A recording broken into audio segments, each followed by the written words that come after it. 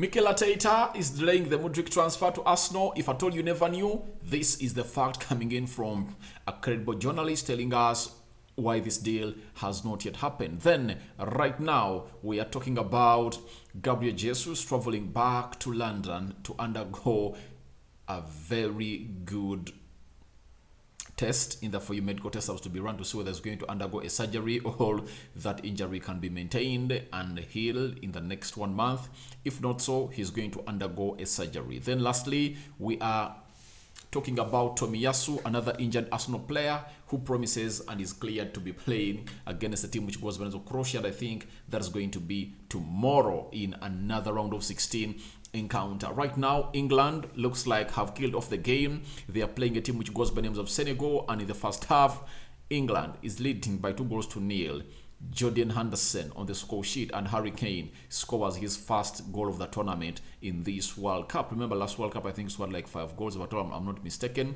This time around, is going to score his first goal, and obviously that's how he starts to run riot at the opponents. You know him very well. Looks like that's his trump card, according to me, because in the Euros he never scored in the group stages, and he erupted when England was playing Germany. I think he scored a brace against Germany, so he's trying to erupt at the most important time when England need him. Remember, if England go past Senegal, they are going to play France in the quarterfinal. So this guy in the names of Harry Kane has erupted, and I believe the eruption has really come out at the very first time. But kudos to Jude Bellingham, who is doing a very fantastic job. Bukayo Saka starting for side which goes by names of England, not all that a threat, and his service has not yet failed in this game of football. Then Ramsdale on the bench, and obviously England are really bossing this game of football. But we are always told that the best and worst result is to accomplish the first half with 2 goals in the lead, because it makes you comfortable and you come in the second half with a plan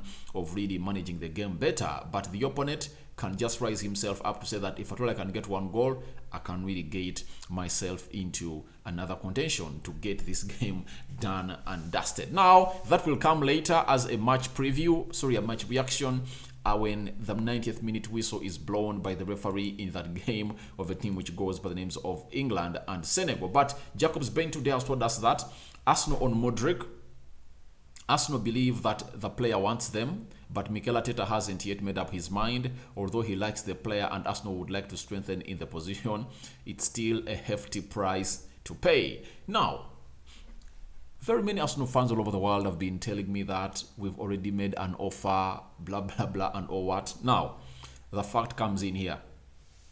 Arsenal are seeing it as a hefty price or a heavy price to pay for Mikhailo Mudryk at 70 or 60 million euros. That is like 50 million pounds for Arsenal. And obviously, if you are Mikel Arteta, you can postpone this deal to happen in the summer, because in the summer, that's where Arsenal has shown us that they have the balls to go out and spend close to 150 million pounds in the season of 2020-2021, and then they spent 150 million pounds in the season of 2020-2021, and the previous summer of 2022 they've spent 121 million pounds, meaning that we've never seen them spending this much in January. If you have to go on and pay close to 50 million pounds or 60 million pounds for Mikhailo Mudryk from Shakhtar Donetsk, that means your budget has to amount to 100 million pounds, something that Arsenal are not going to welcome on the field of play, to see to it that it really happens and goes through, to find themselves in big losses, to be penalized by the financial fair play rule. And they've been put under surveillance by the UEFA board that really deals onto the teams that spend more than the amount of money they really earn. In the modern game of football, you're supposed to go out and spend the amount of money that you earn. 30 million pound losses are the only ones accepted. And there is a tweet I saw that I put out yesterday on my channel. Maybe I'm going to look for it and come for it in the next story, showing you how Arsenal made a loss of 45 million pounds, but they managed to cut their wage bill by close to 45 million pounds, meaning that Arsenal are managing their club very well, and they don't want to find themselves in situations of really spending out of their budget, because Mykhailo Mudryk, however much is admired by Arsenal, I believe no team is willing to go out and pay that amount of money in this January transfer window. When you look at teams like Real Madrid that are really looking in for him, they are focusing on bringing a centre forward. That's why they're looking at Cody Gakpo, João Felix, Jonathan David, and very many others, like Gabriel Jesus of this world. There is Richarlison. They are looking at centre forwards at the World Cup to pick out on who to bring in, because Karim Benzema has proven that he's going to be an injury-prone player. He just plays 2 weeks and then gets an injury that keeps him out for a full month, meaning that Rodrigo, who has been leading the line for them and scoring goals, can't be relied on if at all you have a very hard fixture of playing Liverpool in the round of 16. So as things stand, it's really a hefty price for Mykhailo Mudryk, and it's Mikel Arteta who is still holding up the situation, and he has not made up his mind. He admires the player, he likes him, but he has to go all out and weigh in and find a better solution for the team of Arsenal. Should we go in and bring in one player? Obviously, that's going to be the huge question, because Arsenal has lots of problems to answer. Gabriel Jesus is one of the injured players, and him being away puts Arsenal into a very tricky situation of bringing a centre forward if order to go out and compete for the trophy. Can Edin Nketiah do the needful and nail the line for Arsenal? That's another huge question. So lots of boxes, or lots of pieces are now missing the jigsaw of Arsenal. Remember, they were needing 3 players: a midfielder, a left or a right attack midfielder, and maybe a centre back. 3 players they are really focusing at in the names of Tielemans, Danilo, and Indika. Those 3 players. That's what Arsenal was really looking for. But now, the coming in of the injury of Gabriel Jesus exposes them to needing to think twice as the Arsenal board on who is needed first at the club, because Mikel Arteta is operating with a very thin squad, especially in some positions. The position of Bukayo Saka, very thin. The position of the centre forward, they are lacking another centre forward, because 2 only are not enough. When one gets an injury, that means you are reliant on only one. So I feel for Mikel Arteta, because he's not going to be given a very huge budget to spend in the January transfer window. So he needs to think twice and understand what positions do I need to come out and do the needful, because games are coming in fast. On the 26th, Arsenal are playing West Ham. Then on the 31st of December, they are playing Brighton. On the 3rd of January, they are playing Newcastle. They are having Manchester United in there in the 14th of June. They're having Tottenham Hotspur. I think there is some Liverpool in there for you. The refixed game of Man City is in January. So it shows you how hard it's going to be for Arsenal. And Mikel Arteta needs to think out himself and ask himself, which position do I need to strengthen first before I all go out to spend the amount of money that the Cronkies are going to go out and give me? So he's the one holding up the Mudryk deal, but he likes the player. But obviously, he needs to make up his mind with the board on who is the right choice to bring in at a club which goes by the names of Arsenal. So that's what Jacobs Ben has told us. You know him very well, very credible journalist, and he has told us this via the Give Me Sport. And obviously, we've got to of it, and I said, all right, I had taken long without giving you an update of Mykhailo Mudryk to Arsenal, and I said, all right, let me drop it in immediately. Now, as we are talking about Mykhailo Mudryk, we've been talking about a player who goes with Gabriel Jesus. You know, he got a knee injury when they are playing a team which goes with Cameroon. He never played the entire 90 minutes. He got off the field of play, and obviously, we've been told that this guy is traveling to England today to see to it that to undergo what we call a very good scan. And what the scan gives the club will be the decision that will be taken on whether this player is going to come out to play or not. We are being told that Gabriel Jesus will travel back to England on Sunday afternoon to start treatment on his knee injury at the club. There is even the possibility of Jesus needing surgery, but the case will be analyzed by the doctors at Arsenal. So, this is the worrying bit of it. If it was just 1 month out, he was going to miss only 2 games. the game of the game of West Ham, and the game of a team which goes by the names of Brighton, meaning that on the 3rd of January, he would be back if at all he doesn't undergo a surgery. But as I told you when I was giving you an update on the injury of Gabriel Jesus, that I've never seen a player who undergoes a knee surgery and spends 1 month and then returns. It takes a minimum of 3 months. So it's really tricky for Arsenal, and this is where Mikel Arteta needs to go all out and think outwise on who should he bring in at Arsenal or sign. Because I believe at the juncture, if you happen to find that Gabriel Jesus is going to undergo a surgery, it's better for Arsenal to get its entire budget to go all out and bring in a centre forward. That's it. Gabriel Jesus out for 3 months, returning in March. Arsenal is going to having very many huge fixtures that they might lose if at all they don't go all out and buy centre forward. I don't believe that Edin Ketia can manage that load alone at Arsenal. And they don't have players who can really play as false nines at Arsenal. So I believe Mikel Arteta has to think twice.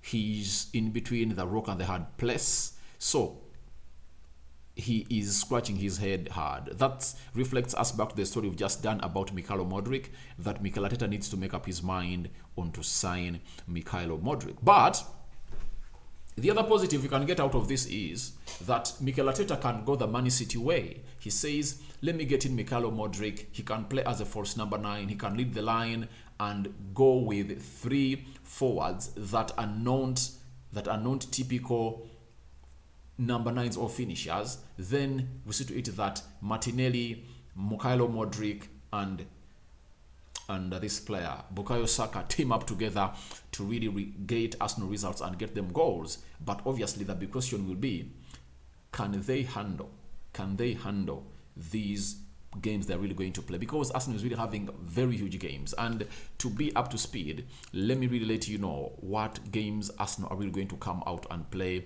during that period during January and the 1st of March. That's depending on whether a player in the names of Gabriel Jesus is really going to be out for 3 months. If he's going to be out for just a month, then he will miss out on 2 or 3 games. But if at all he's going to be out for 3 months, Arsenal will be playing the following number of games and they won't be having this player. Now, 26th December, West Ham. 31st December, Brighton. 3rd January, Newcastle. 9th January, FA Cup, Oxford United. Then Tottenham Hotspur on the 15th of January. You get? Then they're going to play United on the 22nd of January. They are playing Everton on the 4th of February. Brentford on the 11th. Man City on the 15th of February. And obviously Aston Villa on the 18th. And sum up February with Leicester City, playing away at Leicester. Meaning that if you're not going to be having Gabriel Jesus for 3 months, that means he will be missing out all those couple of games. But remember, you're having Man City, Manchester United, Tottenham Hotspur, you're having Newcastle, Brighton is not an easy nut to crack, and obviously Aston Villa, that now has the former manager of Arsenal, that is Unai Emery, is also not a soft nut to crack. So he is in a very, very, very tricky situation. And if I told you are the manager of Arsenal, if I told you a support of Arsenal outside there, you wouldn't like to find yourself in a situation where Mikel Arteta is in, because it's really tricky, and that's why he needs to rethink. But good news is that Gabriel Jesus has traveled to London. Scans are going to be made, analyzed, and we're going to get the report. I think by tomorrow everything will be going on, because Gabriel Jesus has gone ahead on his Instagram and really tweeted something that he is back. Let me see whether I can find it. Because he has really put up a caption that he's flying back to England. And obviously, I want to show it to you, because this is a channel that really brings you lots of news and information that are real and exact. Gabriel Jesus, where are you when you're on plane? And he captioned that I'm going back to London. obviously, there it is. Here is your man, Gabriel Jesus, traveling. That is it. And that's what he has put on his Instagram, that London. There is the caption of London. He has put the caption with the airplane, and obviously I think this is the wife who posted it, and he is with the daughter, and they are traveling to a side which goes by names of London to see to it that he really goes for scan tomorrow. I know he's going to go for scan tomorrow. Obviously they might really get him to the levels we are supposed to be, and let's pray for him that everything comes out positive for this Arsenal player who goes by the names of Gabriel Jesus. Now let's talk about Tomiyasu. Tomiyasu is really that right back of Arsenal. He plays as a left back, central defender. He's really a versatile player. He can play any of the 4 positions that are in the back 4 of Arsenal. Now, he had an injury and he only played the game of Germany, 45 minutes, and he came off. Sorry, after that game of football, he said he felt like he had a hamstring injury, not feeling very well, but he persisted and accomplished that game of football. But after then, he has been having injuries, hamstring, groin injury, but finally, he has spoken out ahead of their game against Croatia. Tomiyasu, on playing Croatia in the FIFA round of 16, he told us that I'm happy that we are through the group stage, but our objective is to play the quarterfinals, so there is one more to go. From here, we'll do what we have to do on the field of play. Now, he has said, Tomiyasu, they have got a lot of quality in the middle, especially the 3 midfielders. So, of course, it won't be an easy game. We have got enough quality to beat them. And most important thing is believing in ourselves.